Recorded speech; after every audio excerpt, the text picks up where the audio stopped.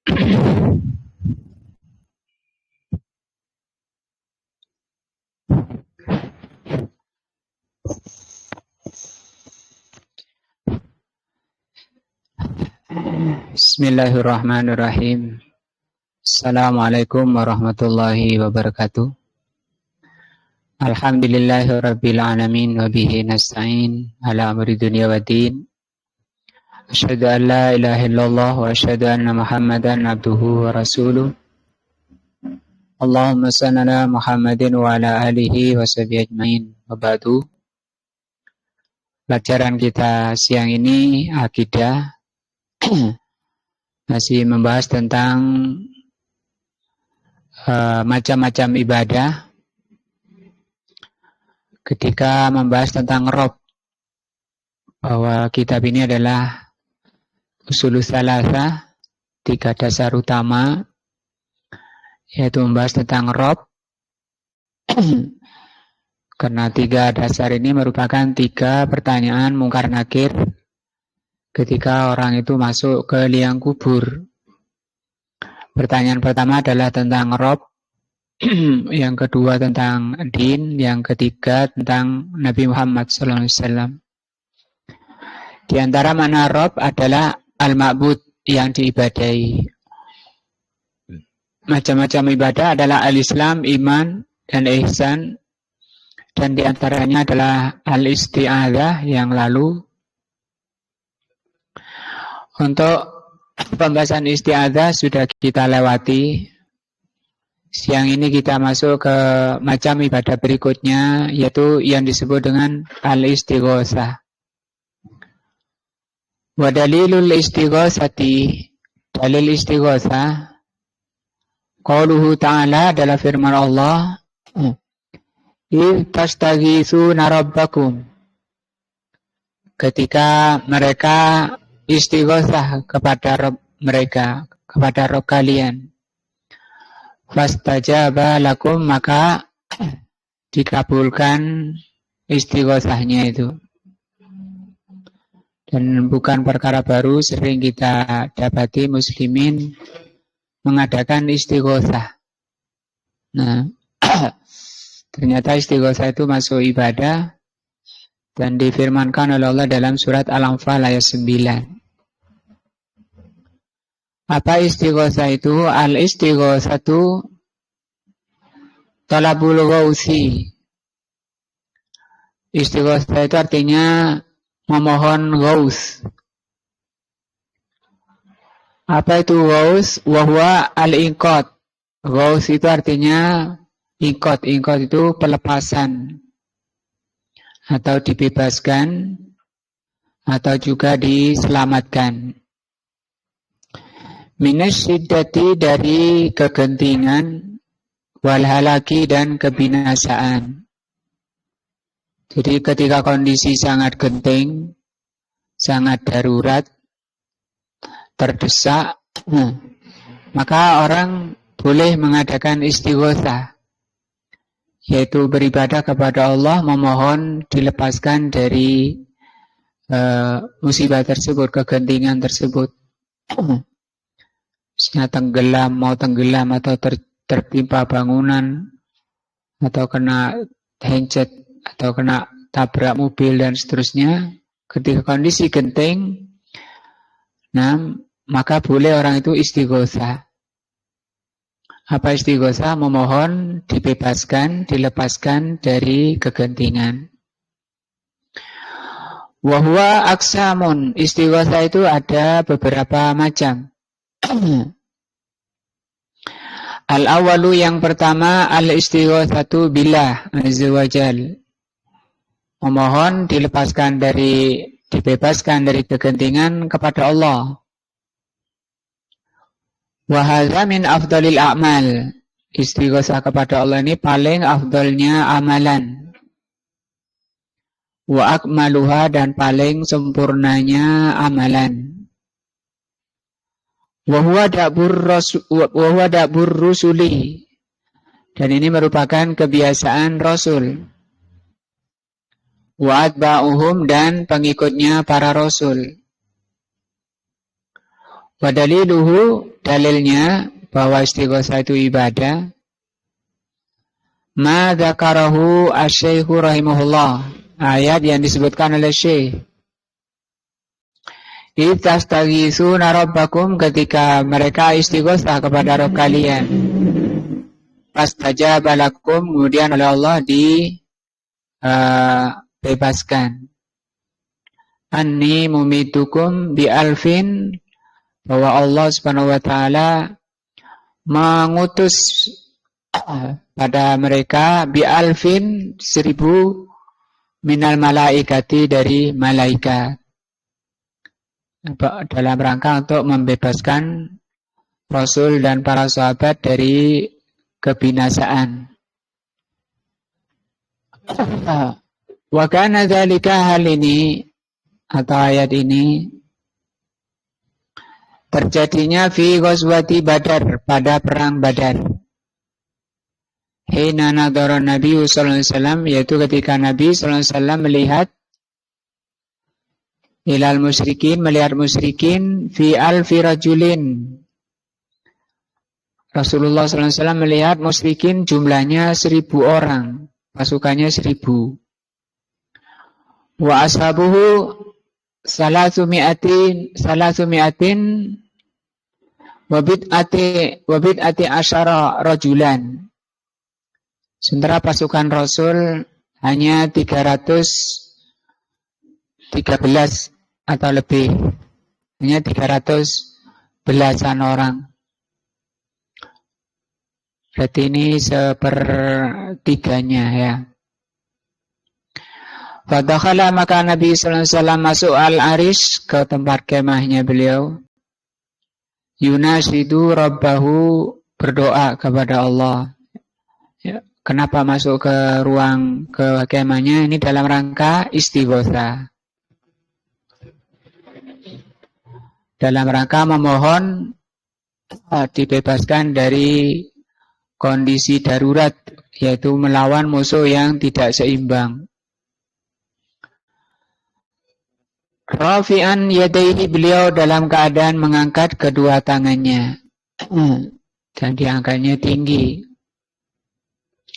Mustaqbilal kiblati, sambil menghadap kiblat, beliau mengatakan Allahumma, ya Allah, anjis li, tunaikan untukku, ma wa'atani, apa yang kau janjikan padaku. Allahumma in tahluka hadhi sahabatu, ya Allah, kalau sahabat ini kalah, mati di perangi musyrikin, nah, min ahlil Islam la tubat fil ardi, dari sahabat ini yang ahli Islam ini, kalau mereka sampai habis, maka engkau tidak akan diibadahi di muka bumi. Wa mazala yastaghitsu, maka Rasul sallallahu alaihi wasallam terus istighosah bi rabbihi, dengan Allah, dengan Rabb-nya. Rafi'an yadaihi, dengan mengangkat kedua tangannya, hatta saqata ridauhu, sampai selendangnya itu jatuh. Nah, ngangkatnya tinggi karena kondisi darurat. An mangkibaihi, sampai selendangnya jatuh dari pundaknya. Fa akhadha Abu Bakrin radhiyallahu an, maka diambil oleh Abu Bakar radhiyallahu an ridaahu, selendangnya tadi. Fa alqahu ala mangkibaihi, maka oleh Abu Bakar dikembalikan ke pundaknya. Summa talzamahu min warahi, kemudian Abu Bakar berdiri di belakang Rasul sallallahu alaihi wasallam yang sedang istighosah. Waqala, dan Abu Bakar mengatakan, ya Nabi Allah, wahai Nabi Allah, kafaka munasidatika, cukup doamu ini, sudah cukup. Rabbaka fa'innahu sayunjizu, karena Rabbmu Allah subhanahu wa ta'ala akan nunaikan untukmu ma wa'adaka, apa yang engkau telah dijanjikan oleh Allah padamu. Fa anzalallahu hadhil ayata, maka Allah turunkan ayat ini. Itu disebut dengan asbabun nuzul, ya. Yaitu apa? Perang Uhud. Apa? Perang Badar.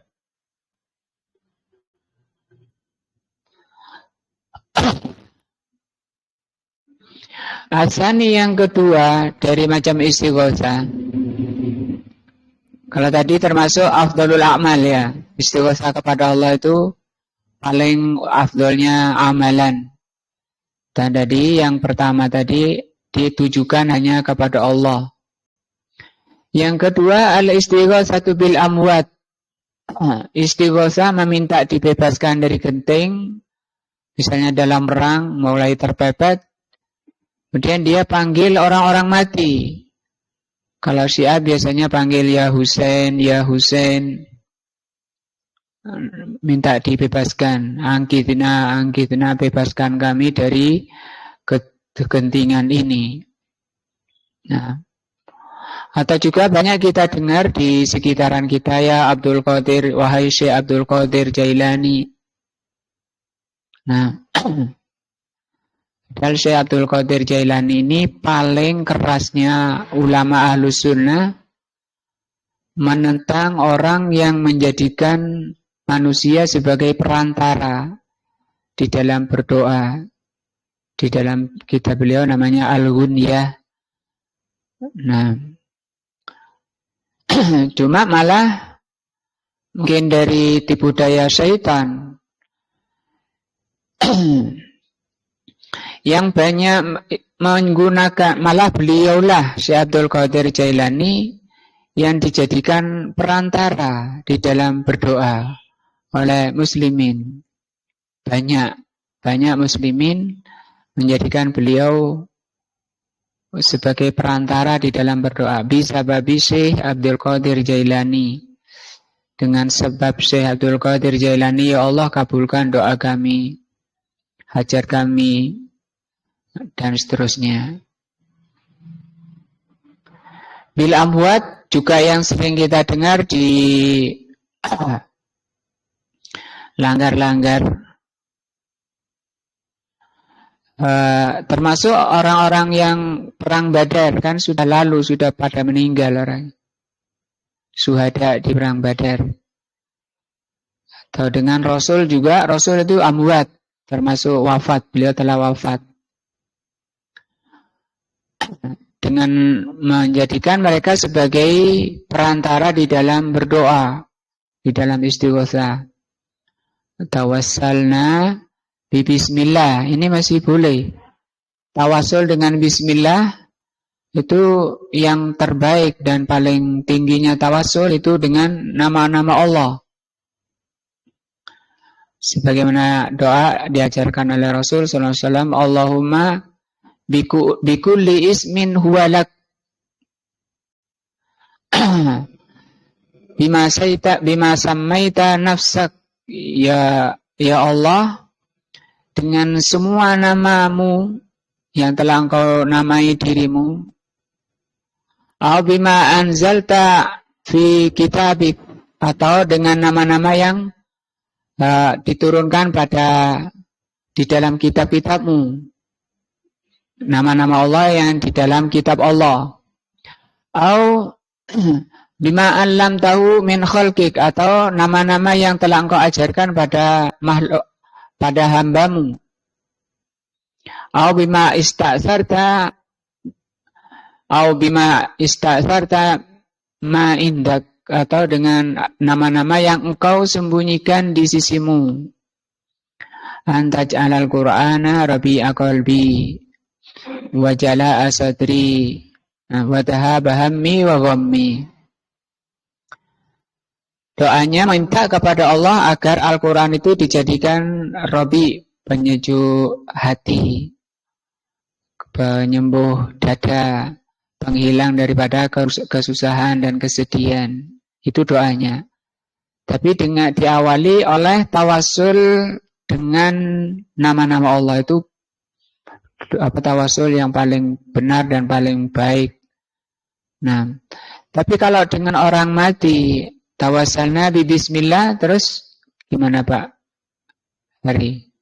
Wabil hadi Rasulillah, menjadikan Rasul sebagai wasilah, perantara di dalam berdoa. Terus ini pripun Pak Ayar? Pak Ayar harus lali rek. Biasa Pak Ayar apa lo biyen? Pak jami'an tas hafal.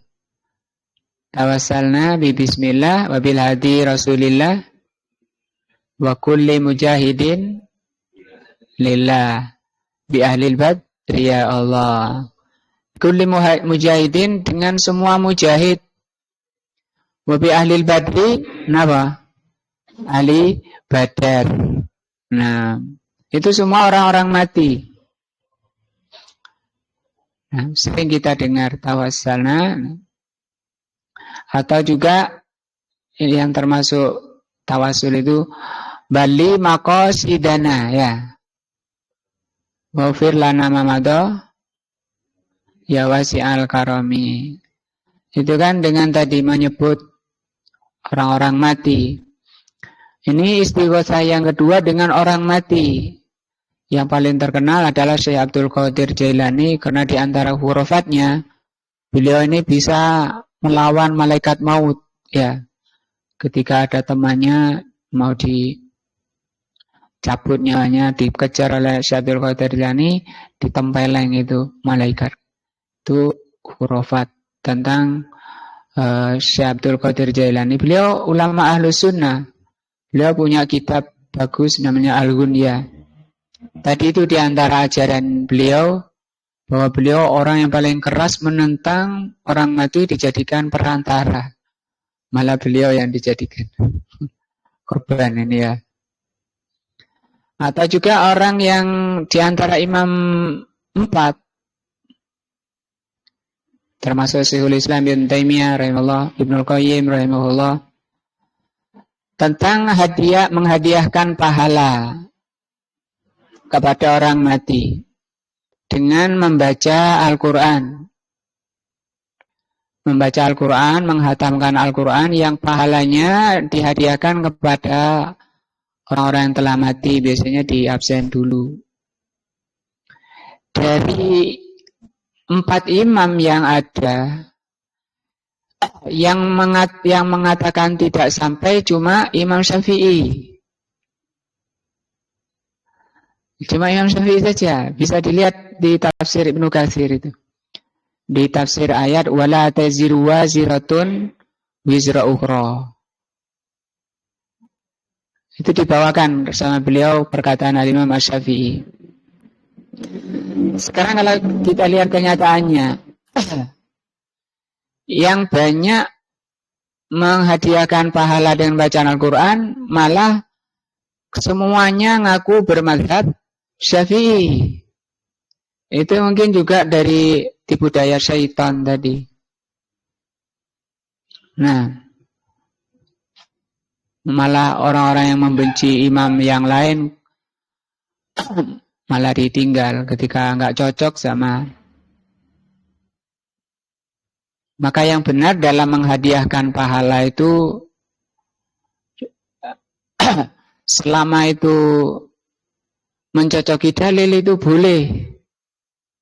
Seperti ada seorang sahabat datang ke Rasul, ya Rasulullah, kalau aku sedekah, kemudian pahalanya aku peruntukkan untuk ibuku, orang tuaku yang telah meninggal, apa sampai? Sampai.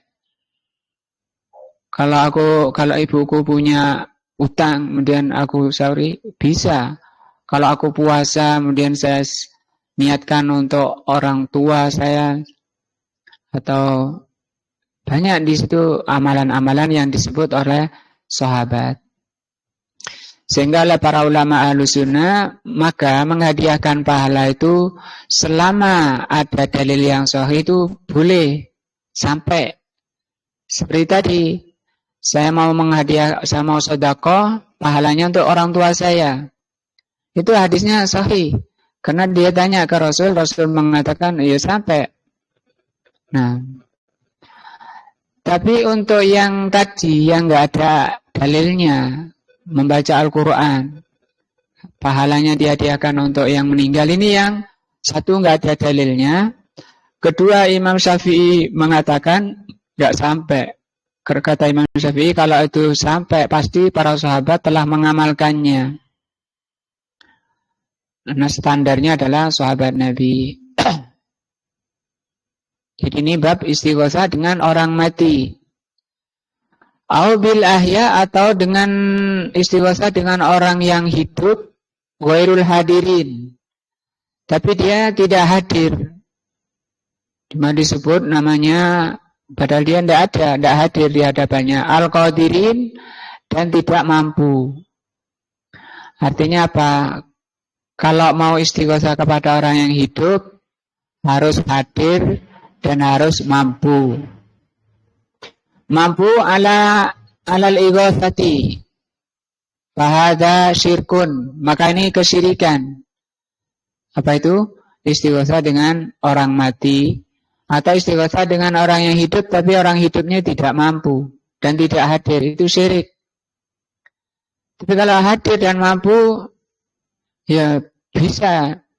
Pak Jenderal, saya lagi terdesak ini, terpepet, mohon bantuannya. Oh siap, kirim 1 peleton saja.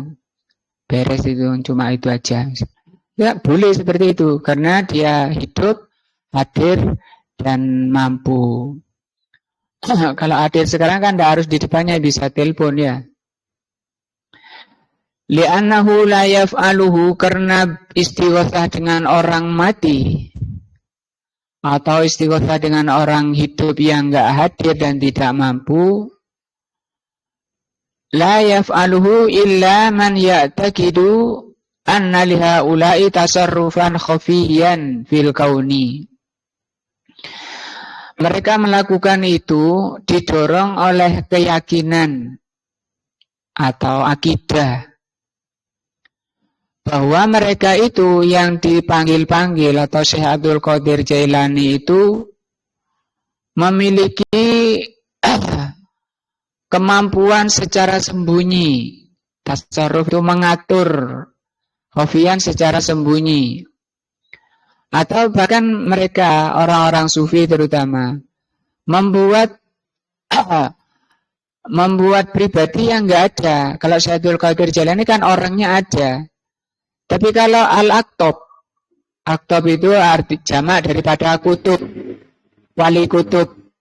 Kalau Syekh Abdul Qadir itu sudah pimpinannya para wali. Tapi para wali itu banyak, diantaranya al-aktob. Al-aktob ini wali kutub, kutub utara, kutub selatan, kutub barat, kutub timur. Itu setiap berapa waktu sekali kumpul, mau diapakan dunia ini. Mereka musyawarah. Mau dibuat bencana, mau buat subur, mau diturunkan apa. Jadi dunia itu yang ngatur itu para wali.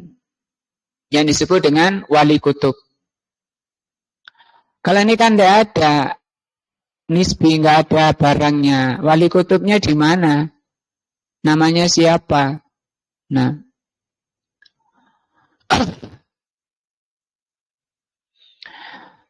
Kalau yang nggak kutub banyak, biasanya yang jalan-jalan di jalanan, pakai celana pendek, makan di sampah-sampah, rambut gondrong, itu mereka bilang wali, tapi itu bukan wali kutub. Nah, jadi mereka lakukan ini istighosah kepada orang mati atau kepada orang yang masih hidup, tapi tidak hadir. Didorong, didasarkan pada keyakinan bahwa mereka bisa mengatur atau bisa berbuat di alam ini secara khafi, secara sembunyi. Kira-kira kalau misalnya ternyata setelah saya panggil Syekh Abdul Qadir Jailani 3 kali, itu hilang tadi itu yang mau ngerampok saya misalnya. Kira-kira tadi itu betul Syekh Abdul Qadir atau apa? Itu syaitan itu, jangan ragu. Itu siapa? Syaitan. Karena Syabdul Qadir Jailani itu di alam barzah. Barzah itu dinding, nggak bisa orang kembali lagi ke dunia. Kalau kemudian ada orang datang, kemudian jubah-jubahan, putih dan seterusnya, naik kuda, saya Abdul Qadir Jailani misalnya. Wong di Pak, dudu wong Tanaka, wong iso Jawa ya saya Abdul Qadir Jailani. Itu syaitan. Nah, fayaj'alu lahum hazzan minar rububiyah. Berarti orang ini kenapa dikatakan syirik? Telah menjadikan orang-orang yang dipanggil tadi itu memiliki hak rububiyah. Memiliki hak rububiyah. Rububiyah itu mulai dari mencipta, kemudian memiliki, mengatur alam ini. Mau dibuat orang ini celaka, mau dibuat orang ini selamat, mau dibuat orang ini bagaimana, bahagia, sengsara, sedih. Itu namanya hak rububiyah. Dan ini hanya Allah. Ini makna daripada Rabbul Alamin. Alhamdulillahi Rabbil Alamin. Itu namanya rububiyah. Kalau seseorang itu meyakini bahwa ada orang-orang yang telah mati atau yang hidup itu bisa mengatur alam ini atau bisa mendatangkan sakit, bisa menyembuhkan dan seterusnya, ini hak rububiyah. Maka ini bisa masuk, rawan sekali masuk ke syirik. Kecuali yang memang ditunjukkan dalil bahwa ini menyebabkan seperti ini menyebabkan seperti ini karena adanya dalil. Misalnya tentang tempat-tempat yang barokah, benda-benda yang barokah. Seperti Masjidil Haram itu barokah. Di antara barokahnya sholat di situ sama dengan berapa? 10.000 ya. Daripada sholat di luarnya. Bahkan masuk saja ke Masjidil Haram itu pahalanya besar dan dosa-dosanya diampuni. Baru masuk itu belum sholatnya. Nah, kalau orang meyakini bahwa selain Allah itu tanpa dalil, benda atau orang itu bisa mengatur alam ini, nah itu namanya memiliki hak rububiyah. Orang itu mempunyai hazzan minar rububiyah. Mempunyai kemampuan rububiyah. Seperti tadi, misalnya orang itu meyakini jimat ini bisa melindungi rumah saya dari bencana. Atau bawang, kalau orang bawang biasanya disundui buat gelang anak, dibuat kalung. Atau benda-benda jagung, padi, orang-orang Jawa biasanya pisang raja. Apa bedanya pisang raja sama pisang hijau? Nah, kalau pisang raja itu ada mistiknya. Lah mistik itu yang disebut dengan tasarrufan khafiyah. Sebenarnya nanti kembalinya ke syaitan. Dan itu bisikan-bisikan syaitan. Kuburan, datang ke kuburan. Maksud saya, Mbak, ada masalah. Minta tolong diselesaikan. Ini ada sedikit serabi. Ditinggal serabinya di situ. Qala Allah Ta'ala, Allah mengatakan tentang ini. Syiriknya orang yang istighosa kepada orang mati. Amman yujibul muttarra idza da'ahu wa yaksifu su'a wa yaj'alukum khulafa'a al-ardi a ilahun ma'allahi qalilan ma tadhakkarun. Kita lihat artinya ya, surat An-Naml ayat 62. Surat An-Naml itu surat berapa?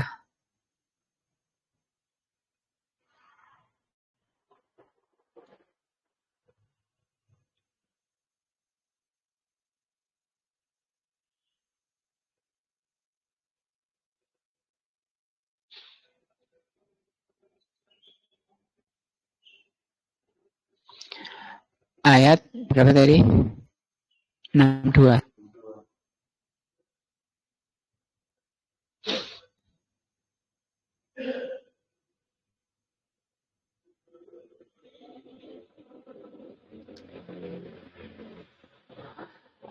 Apakah yang kamu sekutukan itu lebih baik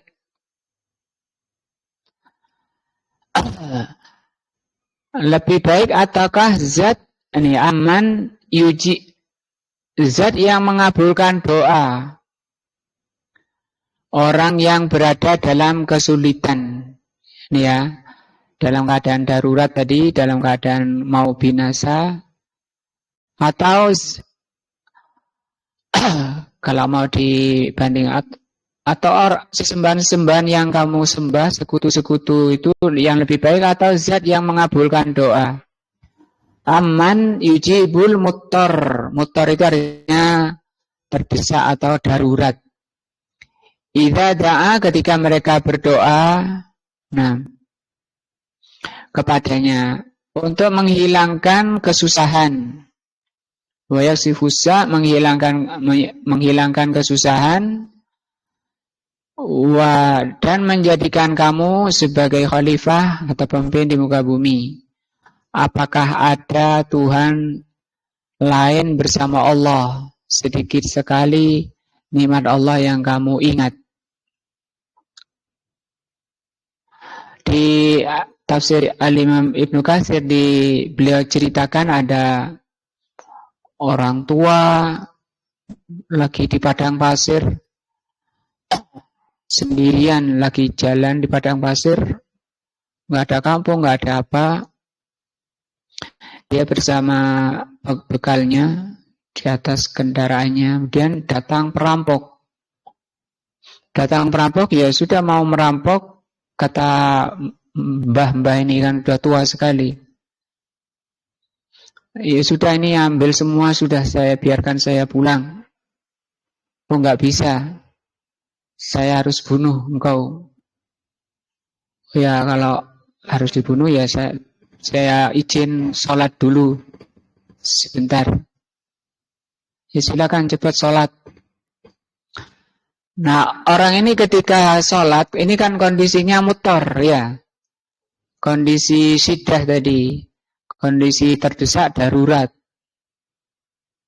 Maka beliau, orang ini, kakek-kakek ini sholat membaca ayat ini diulang-ulang. Ayat ini dibaca diulang-ulang. Selesai salam, ada datang seseorang yang sudah menghunuskan pedang menyerang para perampok tadi. Sampai mati, semuanya nggak tersisa. Begitu mau pergi dipegang oleh kakek ini, siapa engkau? Saya ini adalah Rasul, saya ini utusan.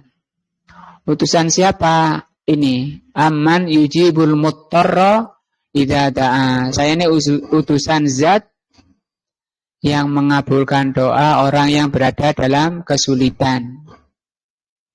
Saya adalah utusan orang yang mengabulkan doanya orang yang sedang dalam kesulitan. Idza da'a, ketika berdoa.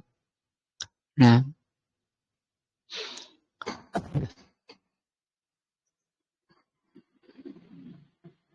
itu yang ketiga, syirik ya, berdoa. Makanya jangan gampang-gampang niru. Mulai lagunya enak, berdoa, kemudian dengan harus memanggil Syekh Abdul Qadir Jailani, ini biasanya nggak mau absen ya. Kayaknya kalau nggak disebut itu nggak mabul, nggak manjur doanya.